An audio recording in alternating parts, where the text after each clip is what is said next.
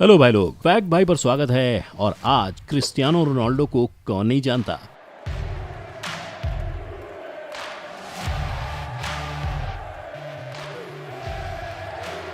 लेकिन क्या आपको पता है, क्रिस्टियानो को इस दुनिया में आने से पहले लड़नी पड़ी थी मौत की लड़ाई, क्योंकि उनकी खुद की मां उन्हें मार देना चाहती थी। और सिर्फ यही नहीं, आज दुनिया के बिगेस्ट फुटबॉलर में से एक और इकलौते ऐसे फुटबॉलर बनने वाले रोनाल्डो, जिन्होंने सबसे पहले $1 बिलियन यानी 7,500 करोड़ से ज्यादा की कमाई की है, और जिनके पास आज इतनी कार्स हैं कि उनकी गिनती तक उन्हें याद नहीं है। उनका बचपन ऐसी गरीबी से गुजरा था कि उनके पास असली क्या, खेलने वाली कार्स तक नहीं थी। तो आखिर रोनाल्डो के हाथ में ऐसा कौन सा जादुई चिराग लग गया कि न सिर्फ वो दुनिया के नंबर 1 प्लेयर की लिस्ट में शामिल हैं, पर आज उनके पास फुटबॉलर्स का सबसे बड़ा बैलन ड'ओर अवार्ड 1 2 नहीं 5 हैं। और तो और आखिर दुनिया उन्हें फुटबॉल का भगवान मानकर उनकी पूजा क्यों करती है। अगर आपको भी जानना है कि आखिर क्रिस्टियानो के पास कौन सा जिन का चिराग है, तो चलिए शुरू करते हैं आज का हमारा video title from rags to riches, incredible story of Cristiano Ronaldo.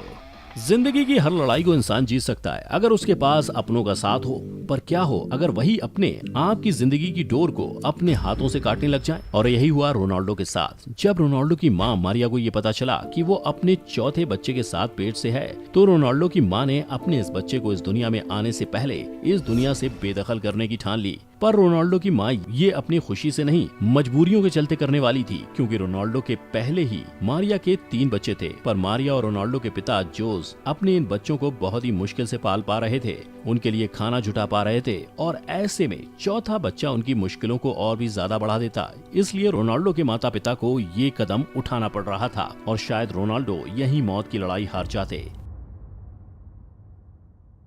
लेकिन मारिया के डॉक्टर ने मारिया का अबॉर्शन करने से साफ इनकार कर दिया, जिसके बाद 5 फरवरी 1985 को पंचल पुर्तगीज के मैडीरा आइलैंड पर क्रिस्टियानो रोनाल्डो का जन्म हुआ। पर जैसा मैंने पहले ही आपको बताया, रोनाल्डो का परिवार बहुत ही गरीब था। रोनाल्डो की मां लोगों के घरों में खाना बनाती थी, और रोनाल्डो के पिता एक गार्डनर थे, और दोनों ही दिन रात काम करके अपने परिवार के लिए जैसे तैसे खाना जुटाया करते थे। रोनाल्डो का घर इतना छोटा था कि रोनाल्डो अपने बड़े भाई और अपनी 2 बहन के साथ एक रूम में रहते थे, और रोनाल्डो और उनके भाई बहनों के पास ना खेलने के खिलौने थे, ना कभी क्रिसमस में उन्हें कोई तोहफे मिलते थे। बस रोनाल्डो की लाइफ में एक ही चीज मुस्कान लाती थी, और वो चीज कुछ और नहीं, फुटबॉल का खेल था, जिससे खेलते खेलते रोनाल्डो अपनी जिंदगी के सारे प्रॉब्लम्स को भूलकर मुस्कुराने लगते थे। पर रोनाल्डो को तब क्या पता था कि उनका यही प्यार एक दिन उनकी जिंदगी को बदल कर रख देगा। और इस बदलाव की शुरुआत रोनाल्डो के बचपन से ही हो गई, जब रोनाल्डो सिर्फ 7 साल की उम्र में एंडोरेना की यूथ टीम के लिए फुटबॉल खेलने लगे। वहीं रोनाल्डो के पिता इस यूथ क्लब में एक टीम किट मैन का काम किया करते थे, यानी बस अपने परिवार के लिए 4 पैसे और कमाने की खातिर वो इस क्लब के प्लेयर्स के जर्सी से लेकर उनके जूते, मोजे और बॉल का ख्याल रखते थे, जिसकी वजह से बाकी प्लेयर्स रोनाल्डो का मजाक उड़ाते थे, उन्हें बुली करते थे,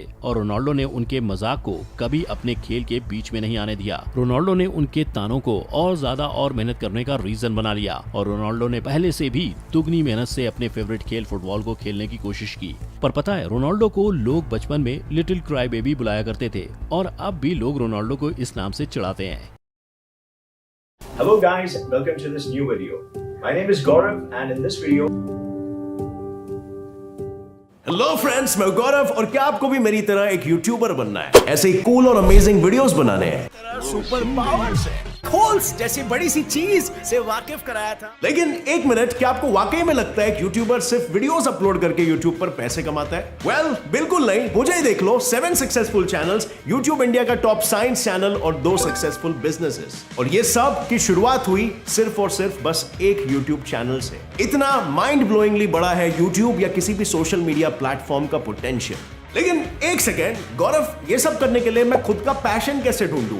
1 मिलियन सब्सक्राइबर्स कैसे गेन करूं? वायरल टॉपिक्स कहां से ढूंढूं? वीडियो बना के पैसे कैसे कमाऊं? एक चैनल तो खोल लिया, लेकिन अब दूसरा चैनल कैसे बनाऊं? और मोस्ट इंपॉर्टेंटली, ये यूट्यूब चैनल्स की मदद से बिजनेसेस कैसे खोल पाऊं? वेल, इन सारे सवालों के जवाब जानने के लिए हमें एक्चुअली में जाना होगा पास्ट में, पुराने गौरव से मिलने, उसके हजारों गलतियों से सीखने, एंड मोस्ट इंपॉर्टेंटली उसके सक्सेस के सीक्रेट्स जानने। सो फ्रेंड्स, अगर आप रेडी हो मेरे साथ मेरे पास्ट के सफर पे चलने के लिए, तो अभी डिस्क्रिप्शन में दिए गए लिंक पे क्लिक करो और इस कोर्स पे रजिस्टर कर लो, जहां पे आपको आपका खुद का पैशन ढूंढने से लेकर उसके अराउंड सोशल मीडिया में एक ऑडियंस कैसे क्रिएट करनी है और उस ऑडियंस की मदद से दूसरे चैनल्स कैसे खोलने हैं और उस चैनल्स की मदद से बिजनेसेस कैसे खोलने हैं, ये सब मैं आपको स्टेप बाय स्टेप बताऊंगा। पर्सनल स्टोरीज और pure 100% practical real life information के साथ, वो भी लाइव ट्रेनिंग मॉड्यूल्स के थ्रू, जिसमें आप मुझे क्वेश्चंस भी पूछ सकते हो जब तक आपको सेटिस्फैक्टरी आंसर ना मिल जाए। वो बुलशिट बातें नहीं होंगी कि अच्छे वीडियोस बनाओ, कंसिस्टेंटली अपलोड करो वगैरह वगैरह। मैं आपको सीक्रेट्स बताऊंगा जो मैंने पर्सनली अपने एक्सपीरियंस से सीखे हैं। मतलब जैसे M.Com मास्टर ऑफ कॉमर्स है, MSc मास्टर ऑफ साइंस है, वैसे ही सिर्फ 2000 रुपए में आप मास्टर ऑफ यूट्यूब बन जाओगे। अब फ्रेंड्स, वैसे तो इस कोर्स की रियल वैल्यू 20,000 रुपीज है, क्योंकि आपकी लाइफ तक चेंज कर सकता है, बट ज्यादा लोगों तक पहुंचे इसलिए हम ये सिर्फ 2000 में ऑफर कर रहे हैं। और अगर आप फर्स्ट 100 रजिस्टर करने वाले लोगों में से हो तो आपको ये कोर्स मिलेगा सिर्फ 1000 रुपए में। So click on the link in the description below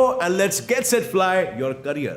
क्योंकि आज भी रोनाल्डो बचपन की तरह ही फ्रस्ट्रेट हो जाते हैं जब फुटबॉल के गेम में रोनाल्डो के बॉल पास करने पर उनकी टीम का कोई इंसान बॉल को मिस कर देता है। हालांकि अब रोनाल्डो बचपन की तरह उतने इमोशनल नहीं है कि हार जाने पर रोने लग जाएं। पर रोना धोना जो भी कह लो, रोनाल्डो बचपन से ही इतने टैलेंटेड थे कि उनके इस टैलेंट को एक के बाद एक ऊंचाई की सीढ़ियां मिलने लगी। जैसे एंडोराना के लिए खेलने के बाद रोनाल्डो ने 2 साल नेशनल टीम के लिए भी खेला था और सन 1997 में स्पोर्टिंग क्लब डी पुर्तगाल के साथ 3 डे ट्रायल के बाद स्पोर्टिंग क्लब डी पुर्तगाल ने रोनाल्डो को 1500 पाउंड में साइन कर लिया और फिर रोनाल्डो उनके साथ खेलने लगे। पर 11 साल की उम्र में भी रोनाल्डो अपने गेम के लिए आज की तरह ही बिल्कुल डेडिकेट और पैशनेट थे। तभी तो वो उस उम्र में जहां बाकी बच्चे आराम से अपने घर में बैठकर जिंदगी गुजारते हैं, रोनाल्डो ने अपने परिवार को अलविदा कहा और अपने फुटबॉल के सपने को पूरा करने वो अपने शहर और घर से दूर लिस्बन में रहने चले गए, जहां जाकर उन्होंने स्पोर्टिंग क्लब डी पुर्तगाल के फुटबॉल एकेडमी को और नए स्कूल को ज्वाइन कर लिया,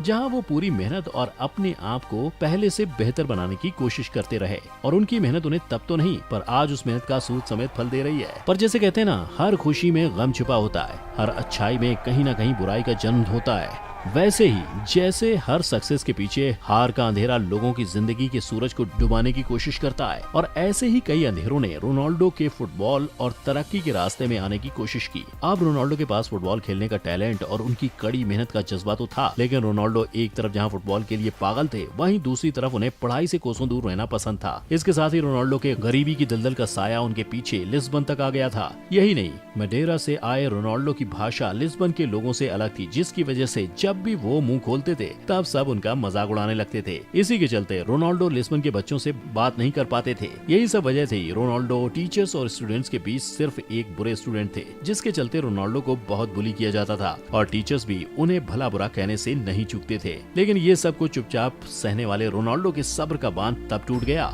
जब रोनाल्डो के एक टीचर ने रोनाल्डो की गरीबी और उनकी आवाज की नकल करके उन्हें और उनके परिवार को बुरा भला कहा। यही नहीं, उस टीचर ने तो यहाँ तक कह दिया कि रोनाल्डो अपनी जिंदगी में कभी कामयाब नहीं हो पाएगा। और बस रोनाल्डो खुद को काबू में नहीं रख पाए। रोनाल्डो ने आओ देखा न ताओ और अपने गुस्से में उन्होंने उस टीचर के ऊपर एक कुर्सी फेंक कर मार दी। इसके बाद होना क्या था, स्कूल वालों ने रोनाल्डो को उनकी इस हरकत के लिए स्कूल से निकाल दिया। पर क्या इसमें सिर्फ रोनाल्डो की गलती थी? क्या उस टीचर का बच्चों को सपोर्ट करने के बजाय इस तरह मजाक उड़ाना सही था? ऐसे कई सवाल उस वक्त रोनाल्डो के मन में आए होंगे। पर रोनाल्डो ने अपनी जिंदगी में आए इस काले अंधेरे को अपनी जिंदगी की रोशनी को मिटाने नहीं दिया। रोनाल्डो जो उस वक्त सिर्फ और सिर्फ 14 साल के थे, उन्होंने अपनी माँ से कहा कि वो अब कभी दूसरे स्कूल नहीं जाएंगे और मारिया ने अपने बेटे की बात मान ली। मारिया को रोनाल्डो के ऊपर पूरा भरोसा था। वो जानती थी उनका जो बेटा बचपन में उनके चलते मौत से लड़कर जन्मा था, वो जिंदगी को इतनी आसानी से अपनी हिम्मत तोड़ने नहीं देगा। और रोनाल्डो ने इसके बाद अपनी प्रैक्टिस पहले से ज्यादा तेजी से शुरू कर दी। वैसे तो रोनाल्डो हमेशा से ही बहुत ज्यादा एनर्जेटिक थे, उन्हें हमेशा ही दौड़ते भागते रहना पसंद था। पर 15 साल की उम्र में रोनाल्डो को तब अपने हमेशा एनर्जेटिक रहने का राज पता चला जब उन्हें ये पता चला कि उन्हें टचिकार्डिया है। टचिकार्डिया एक हार्ट प्रॉब्लम है जिसमें एक इंसान का दिल बिना दौड़ भाग और बिना खेले कूदे भी उस स्पीड से दौड़ता है जैसे किसी दौड़ कर आए इंसान का। और इसके चलते डॉक्टर्स ने रोनाल्डो को फुटबॉल खेलने से मना कर दिया। पर सुबह से रात और रात से दिन फुटबॉल प्रैक्टिस करने वाले रोनाल्डो को ये मंजूर नहीं था और ये बात साफ थी कि रोनाल्डो अपनी हार्ट सर्जरी करवाते हैं तो उनकी जान भी जा सकती है। पर रोनाल्डो ने इस अंधेरे से भी जंग लड़ी और ऑपरेशन करवाया। और शायद 15 साल के रोनाल्डो की हिम्मत देखकर भगवान को भी उन पर दया आ गई। तभी तो इस जानलेवा ऑपरेशन से रोनाल्डो जीतकर बाहर आए और बस कुछ टाइम बाद ही उन्होंने हॉस्पिटल से डिस्चार्ज ले लिया। और देखते ही देखते कुछ ही हफ्तों में रोनाल्डो ने अपनी प्रैक्टिस शुरू कर दी। रोनाल्डो को अपनी इस हार्ट सर्जरी के बाद मानो एक नया जन्म ही मिल गया, एक नई शुरुआत मिल गई।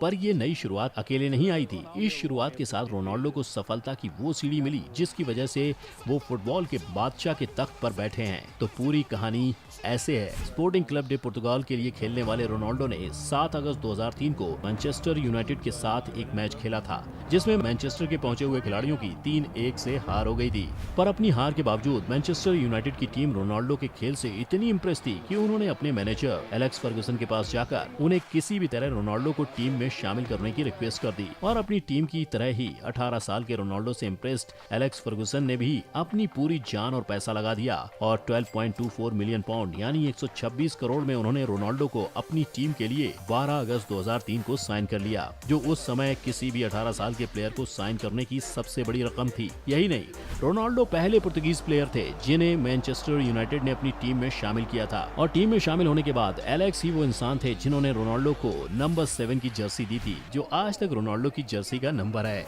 हालांकि इसके बाद भी रोनाल्डो का सफर आसान नहीं था। कई बार रोनाल्डो की जिंदगी में बड़े बड़े उतार चढ़ाव आते ही रहे। जैसे 2005 में रोनाल्डो के पिता जो एक अल्कोहलिक थे, उनकी जान लीवर फेलियर की वजह से चली गई। पर रोनाल्डो ने ऐसे किसी भी उतार चढ़ाव से हार नहीं मानी।